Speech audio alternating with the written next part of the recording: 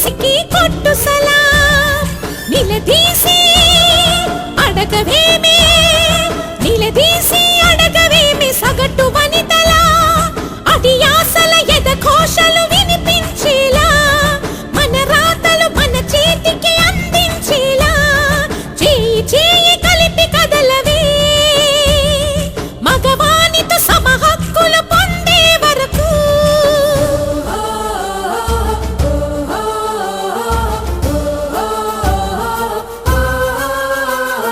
పుట్టినింట గారాభం మెట్టినింట కోరుతూ స్వప్నాలకు రంగులెన్నో